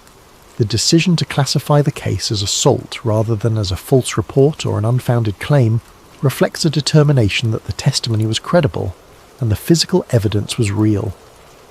The psychiatrist found nothing. No evidence of a psychotic episode. No evidence of an existing delusional framework that might have generated or sustained the experience.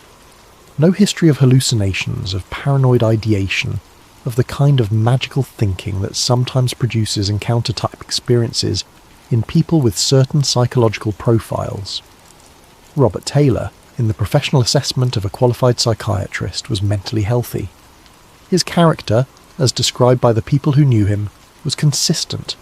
He was a private, practical, reliable man. He was not dramatic. He did not seek attention. He found the entire experience and its aftermath deeply uncomfortable rather than exciting. He did not leverage it, not for money, not for fame, not for the particular kind of social currency that UFO celebrities acquire in certain communities. He told the story when asked, and was relieved when the conversation moved on. The neurological explanation is the one most frequently raised by serious skeptics who take the physical evidence seriously and want to find a way to explain the encounter that does not require anything unusual to have been in the clearing. Temporal lobe epilepsy can produce extraordinarily vivid, detailed hallucinations. There are documented cases in the medical literature of people experiencing encounter-type hallucinations during temporal lobe events, crafts, beings, lights, presences. The experiences feel real to the person having them. They are cognitively indistinguishable from the inside, from genuine perception. But temporal lobe seizures do not produce chemical irritation detectable on medical examination. hours later. They do not create directional tears in fabric that match the pattern described in the testimony. They do not leave symmetrical rows of impressions in soft earth. They do not cause dogs to panic and retreat in the specific, genuine way that Taylor's setter behaved, and they do not produce a corroborating physical record that multiple trained investigators subsequently photograph and document at the scene. The physical evidence is the problem for every skeptical explanation. Whatever happened in that clearing, the clearing remembers it. Part 5. Years of quiet. The decade following the Dechmont encounter was, for this particular case, a period of relative quiet. The story circulated within the communities that took an interest in such things. It was discussed at conferences and referenced in books, and visited occasionally by researchers and documentary makers. Within those communities, it was regarded as one of the strongest close encounter reports in the British record, a case with exceptional witness credibility, significant physical evidence, and official police documentation that acknowledged the reality of the encounter in unusually direct terms. But in terms of new investigation, new evidence, new official interest, there was very little. Taylor continued working. He did not become a professional witness. He did not develop a secondary career around the encounter. He answered questions when people asked them and told the same story in the same steady, unembellished way each time, and was visibly relieved when the conversation ended and he could return to his life. His life was otherwise unremarkable in the way that most lives are unremarkable, which is to say it was full of the things that fill lives, work and family and the rhythms of a particular place at a particular time. He was a man who had had an experience that did not fit anywhere in his understanding of the world, and he had found a way to carry it that did not require it to fit. He held it apart from everything else. He kept it separate. It was a thing that had happened, not a thing that defined him. Dechmont Woods itself became a quiet curiosity. Visitors came occasionally. The path was easy to find. The clearing was easy to reach. People would stand there and look at the ordinary grass and the ordinary trees and the ordinary sky and try to feel something, and sometimes they did and sometimes they did not, and then they would walk back to their cars and drive home. The police file sat in its drawer. The case might have remained there, a well-documented anomaly slowly fading into the background noise of British UFO history. Had it not been for a man named Daniel Kerr, who came to the Taylor case by a route that had nothing to do with alien encounters and everything to do with the hidden history of Cold War aerospace development. Part 6. Daniel Kerr and the pattern beneath the surface. Daniel Kerr was not a UFO researcher. He was a military historian. His specific area of interest was the Cold War aerospace development programs of NATO member nations. The classified programs, the ones that ran in parallel to the public record of aviation history, and that most people never knew existed because they were never intended to be known. He had spent years in archives, filing Freedom of Information requests, sitting across from retired aerospace engineers and former service personnel who were old enough now and far enough removed from their active roles to speak more freely than they had been permitted to speak for most of their professional lives. He was not chasing flying saucers. He was chasing the documented history of things that flew without being officially acknowledged. Things that had been built in research facilities on both sides of the Atlantic, tested in environments chosen for their invisibility, and then either folded into operational programs under different classifications or quietly abandoned and archived in ways that made them effectively invisible to future researchers. There is more of this history than most people understand. During the Cold War, the gap between what the public was told about military aviation and what was actually being developed was vast. The SR-71 Blackbird, the American strategic reconnaissance aircraft that flew at altitudes and speeds that made it essentially uncatchable, was operational for years before it was publicly acknowledged. When civilian witnesses saw it, they reported UFOs. When radar operators tracked it without knowing what they were tracking, the returns generated confusion that fed into incident reports. The institutional response to these sightings was precisely what you would expect from organizations that needed to protect classified programs.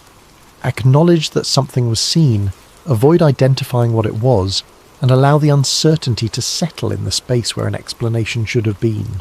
This pattern acknowledgement without identification, validation without explanation, was not specific to the SR-71.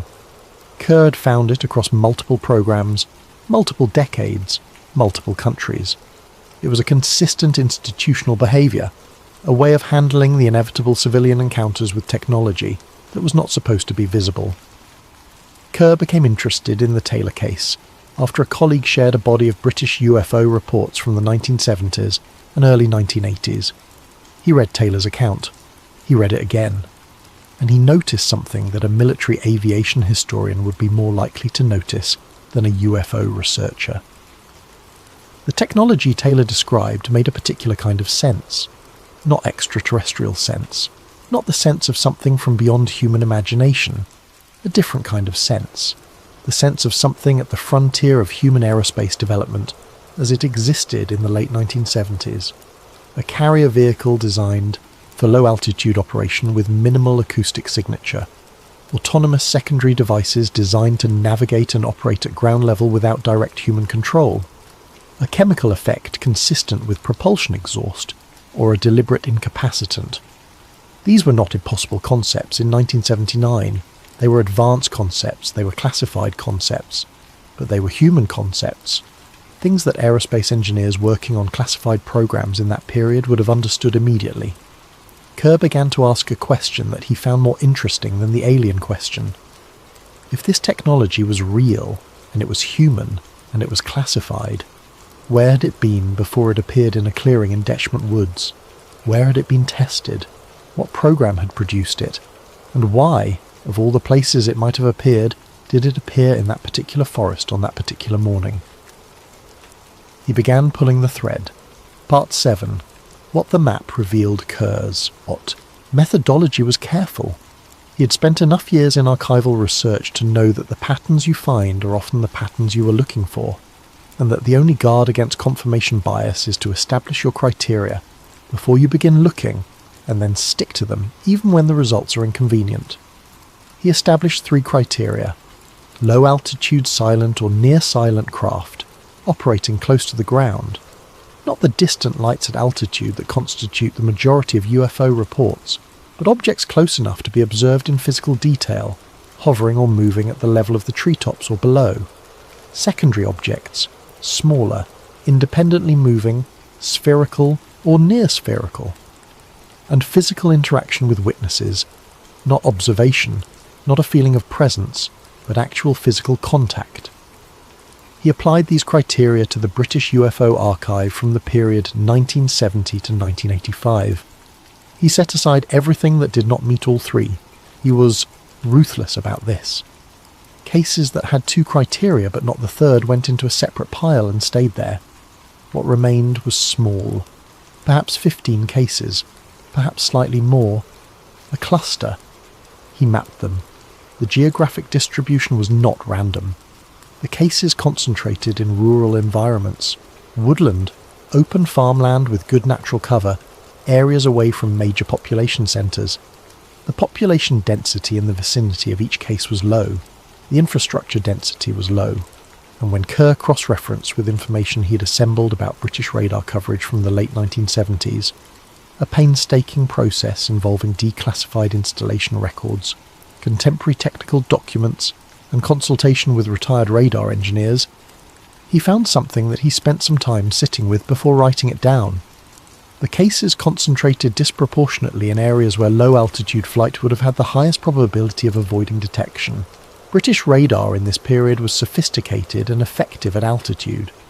Anything flying at significant height was tracked, but low-altitude flight, particularly in rural areas with specific terrain characteristics, could in certain conditions pass beneath the effective detection threshold. The system had blind spots. They were known to exist. The people operating classified programs that depended on aerial platforms would have known where those blind spots were. They would have used them. The incident cluster in Kerr's sample concentrated in those zones. Detchment law sat within one of them.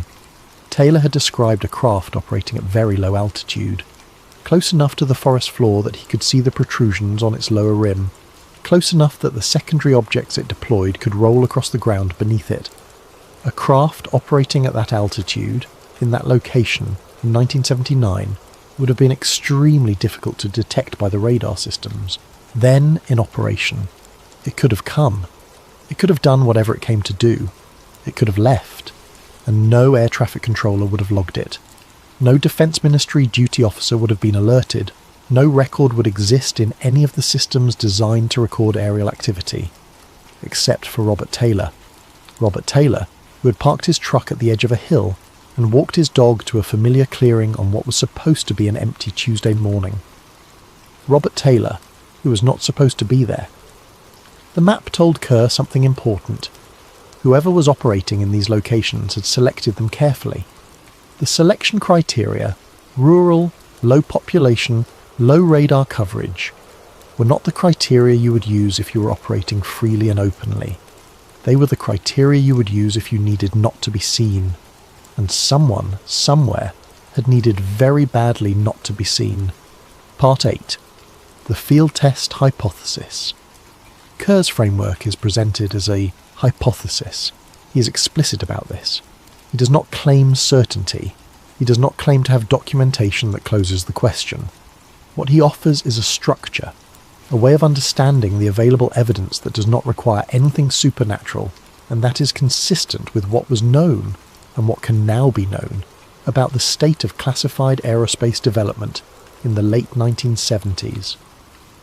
The hypothesis begins with a simple question. What would a Cold War-era low-altitude deployment platform look like to a civilian witness who encountered it by accident in a rural woodland environment? The primary carrier vehicle, a low-altitude platform designed to hover silently at minimal altitude, maintain a stable position, and deploy secondary devices into a ground environment, would appear to an observer as a large dome-shaped object floating above the ground, with no visible means of support and no audible propulsion. Its surface, if constructed with the radar-absorbing materials of the kind being developed in this period, would have the matte, absorptive dark quality that Taylor described. Its edges, if the propulsion system involved electromagnetic or plasma-based effects of a type consistent with experimental research of the era, might produce the shimmering, flickering boundary instability that Taylor found so impossible to describe. The structural elements around the lower rim, the flanges, the blades, the protrusions he reached for words to characterize, might be components of a propulsion array, a deployment mechanism, a stabilization system. The secondary spherical objects are the most conceptually significant element of Kerr's framework. He identifies them as autonomous deployment units, early predecessors of the autonomous drone systems that are now commonplace, and whose development history, in classified programs, begins considerably earlier than the public record suggests. Small, rugged, capable of navigating, uneven terrain without direct human control, able to respond to sensory input, specifically in this case the detection of a large warm-bodied mammal in the designated test zone, and initiate a programmed response sequence. The surface of these objects, the spines, the projections, the sea urchin texture, would serve practical purposes: stability on varied terrain, housing for sensor arrays, traction on soft or uneven ground, and perhaps, depending on the specific design, some element related to the contact function that the devices were designed to perform. Their behaviour, rolling directly toward Taylor, attaching to his clothing, attempting to drag him forward, is consistent with a programmed contact protocol. Not aggression, not malice, a designed response. When the sensors detect a human target in the test zone, approach the target, initiate contact, execute the programmed interaction sequence. The question that Kerr spends the most time on is the question of whether Taylor was an intended or an unintended subject. His conclusion, reached carefully and supported by the geographic and circumstantial analysis, is that Taylor was unintended. The test zone had been selected because it was supposed to be empty. The criteria used to select it, the isolation, the low foot traffic, the specific location within a radar shadow, were criteria designed to ensure that no civilian would be present during the test. The operators of the program had done their assessment. They had concluded that the clearing in Deschmont Woods on the morning of November 9th would not be occupied. They were wrong. A man who had walked to that clearing dozens of times, who had no reason to stay away, who was simply doing his job, stepped into the test zone at the moment it was active, and the devices did what they were designed to do when they detected a human presence. They approached, they attached, they initiated the contact sequence, the gas, the acrid chemical smell that Taylor detected and that caused his throat irritation, his voice loss, his disorientation, and ultimately his loss of consciousness, is consistent in Kerr's framework with one of two sources: either a byproduct of the propulsion system of the primary vehicle, an exhaust or field effect that had not fully dispersed from the clearing, or a deliberate component of the deployment system, a chemical incapacitant, a non-lethal agent designed to briefly suppress consciousness in any human who encountered the secondary devices in an uncontrolled context, a fail-safe, a way of ensuring that an unexpected civilian encounter did not result in a prolonged observation, a physical altercation, or a witness capable of immediately reporting what they had seen to authorities. Taylor was rendered unconscious. While he was unconscious, the system completed whatever operation it was in the middle of performing. The secondary devices were recovered or returned to the carrier vehicle. The primary vehicle ascended. It moved away from the area, low and quiet within the radar shadow that had been selected precisely to enable this kind of movement. And Robert Taylor came back to consciousness in an empty clearing with torn clothing and a burning throat, and no memory of what had happened to him during the blank space. Part 9. The language of the file.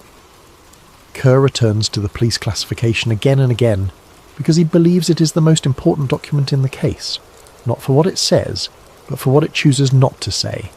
Assault by person or persons unknown. He does not believe this wording was chosen accidentally. He does not believe it was the result of confused officers applying an imperfect category to an impossible situation. He believes it was chosen with precision by people who understood, at whatever level of institutional knowledge they operated, what they were dealing with and who needed to produce a document that satisfied the requirement of acknowledging the event while simultaneously preventing the event from generating any productive investigative momentum. Consider the alternatives. The encounter could have been referred to the Civil Aviation Authority as a possible aircraft incident. This would have generated a formal investigation by aviation specialists with access to records that general police investigators do not have access to. It would have produced questions about what aircraft was in the area and why no radar trace existed.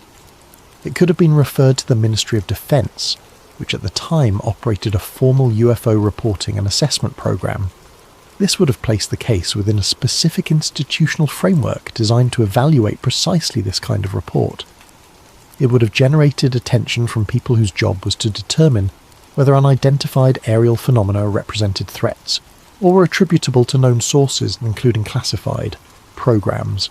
It could have been classified as an unexplained natural phenomenon, which would have invited scientific attention. Ball lightning, plasma formations, unusual atmospheric effects. These are natural phenomenon categories that academic institutions and scientific bodies have mechanisms for investigating. None of these classifications were applied. Instead, assault by person or persons unknown. This classification does something very specific. It validates the witness.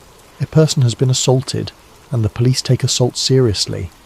It validates the physical evidence, the damage to clothing, the marks on the body.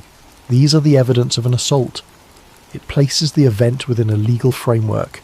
A crime has been committed, and it then constructs an investigative requirement, find the perpetrator, that cannot be satisfied, and therefore generates no investigation, no suspects, no forensic pathway, no referral to any body that might ask difficult questions about the origin of the assaulting agent. The case is simultaneously acknowledged as real and rendered permanently uninvestigable. If this was a deliberate choice, and Kerr argues that the precision of the classification makes accident unlikely, then it represents a specific institutional competence. The ability to validate an event without explaining it, to take it seriously without engaging with it, to produce a document that could be shown, if demanded, as proof that the matter was handled appropriately, while ensuring that the handling produced no outcome. Kerr calls this administrative containment, not suppression. Suppression would require active denial, pressure on the witness, destruction of evidence. There is no evidence of any of that in the Taylor case. Taylor was treated respectfully. The physical evidence was documented. The investigation was conducted with apparent sincerity. What Kerr identifies is something subtler, a bureaucratic architecture that acknowledges events while systematically placing them in categories that prevent them from leading anywhere. Not a conspiracy in the dramatic sense. No dark rooms, no secret meetings, no men in suits delivering instructions to small-town police officers. Something more mundane, an institutional understanding distributed across multiple levels of a hierarchy of how events of this kind are to be handled. An understanding so thoroughly embedded in standard practice that it requires no explicit instruction. It simply produces the right outcome automatically. The classification is filed, the case is acknowledged, the investigation produces nothing, the event fades from institutional attention, and the program continues. Part 10. The Cold War Context. To fully appreciate what Kerr is proposing, you need to understand the world that produced it. The autumn of 1979 was not a time of international relaxation. The Cold War was not approaching its end. That would not become apparent for another decade. In 1979, the Berlin Wall stood. The Soviet Union was weeks away from beginning its invasion of Afghanistan, a conflict that would eventually contribute to the Soviet system's terminal exhaustion. NATO was engaged in a debate about intermediate-range nuclear missiles that was generating profound anxiety across Western Europe.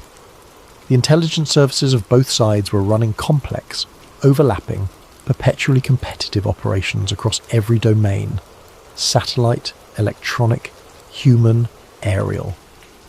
In this environment, the pressure to develop and maintain technological superiority was enormous, and the specific dimension of that competition that is most relevant to the Taylor case, the development of unmanned aerial systems and autonomous ground interaction devices, was, by 1979, considerably further advanced than the public record of the time suggests. The United States had been operating unmanned, reconnaissance aircraft in operational environments since the 1960s. The BQM-34 Firebee, used extensively for reconnaissance missions over Vietnam and China, was a real aircraft performing real missions that the public did not know about until much later. The development programs that succeeded these early unmanned systems, programs aimed at producing increasingly capable, increasingly autonomous aerial and sub-aerial devices, were ongoing through the 1970s in multiple classified facilities on both sides of the Atlantic. British aerospace development in this period was deeply integrated with American programs through NATO channels. This integration meant that technology developed in American classified facilities could be tested in British environments, and vice versa, without necessarily producing records that would appear in the normal British defence procurement documentation. Joint programs existed at classification levels that made them invisible to standard freedom of information processes, and that have, in many cases, remained invisible. The concept of a low-altitude carrier vehicle that deploys autonomous ground-level devices, which is what Kerr argues Taylor witnessed, was not beyond the technological horizon of 1979. It was at the frontier of that horizon. It required significant engineering capability and resources, but both were available in classified programs to the organizations that might have needed such a system. What purpose would such a system serve? Surveillance, intelligence gathering, the ability to place sensors in a specific location without exposing human operators to risk or detection, the ability to interact with objects or individuals in a target environment in a controlled, observable way, the ability to test autonomous behavior protocols in real-world environments before deploying them in operational contexts. These are all capabilities that organizations running Cold War intelligence programs would have valued highly. The testing of such a system would require specific environmental conditions: low population, minimal surveillance, radar invisibility at the operational altitude, minimal likelihood of civilian interference, and ideally physical characteristics, terrain, vegetation, access, that match the kinds of environments in which the system would eventually be operationally deployed. Rural British woodland, carefully selected. Dechmont Woods, on a November morning when a forestry worker was not supposed to be there. Part 11. The questions that remain.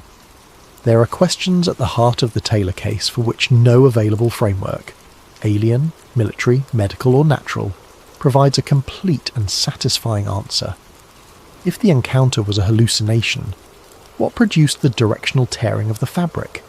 What produced the chemical irritation found on medical examination? What produced the impressions in the ground documented by police officers who arrived after Taylor in a location they had not previously visited? Hallucinations do not leave physical records that independent observers subsequently document. If the craft and devices were the product of known conventional technology available to civilian or military operators in 1979, where was the sound? The aircraft and unmanned systems of that period were not silent. Helicopters capable of hovering at low altitude produce substantial noise. Ground vehicles capable of leaving the kind of impressions documented in the clearing produce tracks. Neither sound nor tracks were reported or documented.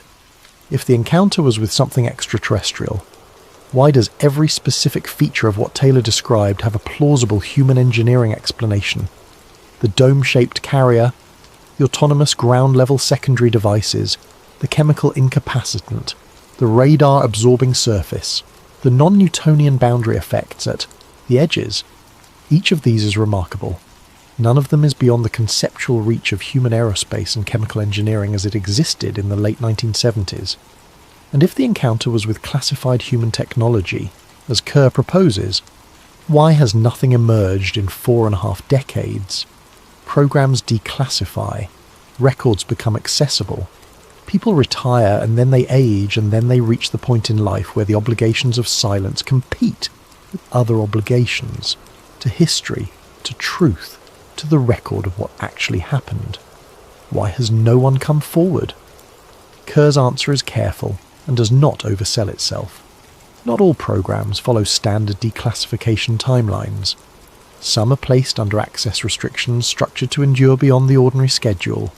Some involve personnel whose obligations are not merely contractual, but deeply personal. People who genuinely believe, for reasons that may or may not be correct, that what they know must not be shared. And some programs, specifically those that produced unintended consequences of the kind that the Taylor encounter represents, a civilian contact, an incapacitation, a medical event, a police investigation, may have been classified at a level reflecting not the routine sensitivity of the technology, but the specific acute sensitivity of the incident. The absence of a confirmation is not evidence that nothing existed. It is evidence that something is being kept where it was put, and that place has not yet been opened. Part 12. Detchmont today and the weight of not knowing. Detchmont Woods is still there. The hill is managed now as a recreational green space, part of the public woodland network that has developed around the Livingston area as the town has grown and changed in the decades since the encounter. People use the paths regularly. Dog walkers, joggers, families with young children who do not know the history of the place and have no reason to. The Hill of Detchmont. Lore is modest and accessible, the kind of gentle Scottish countryside that asks nothing of you and gives back quiet and open sky. Near the clearing where the encounter was reported, a commemorative plaque was eventually installed. It is modest, in keeping with the place. It gives the date. It gives Taylor's name. It states that something happened here that was never explained. It does not speculate about what that something was. It simply acknowledges the event in the way that plaques acknowledge events, by saying, this is where it occurred. This is real. It is part of the record of this place. When you stand in the clearing and look at the grass and the trees and the sky, you understand something about the nature of the mystery. It is not the dramatic mystery of a dramatic place. Detchmont Woods does not look like somewhere extraordinary things should happen. It looks like exactly what it is. A modest woodland on a modest hill in the west of Scotland, the kind of place that exists in thousands of variations across the country, unremarkable in every observable way. That ordinariness is part of what makes the event so enduring. It happened here, in this unremarkable place, to this unremarkable man, on this unremarkable morning. There was nothing special about any of it that would have indicated what was coming. Nothing that would have suggested, as Taylor parked his truck and let his dog out and walked toward the trees, that this morning was going to be different from all the others. Which is, in the end, one of the most disturbing things about it. Because if it happened here, on a random November morning, to a working man with no particular significance in any scheme of things, it could happen anywhere.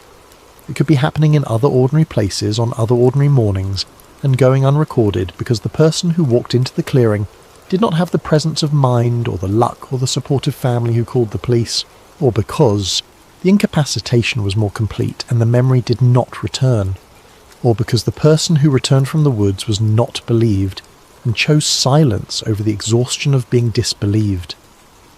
The police file is still open. It has never been closed, because closing a criminal file requires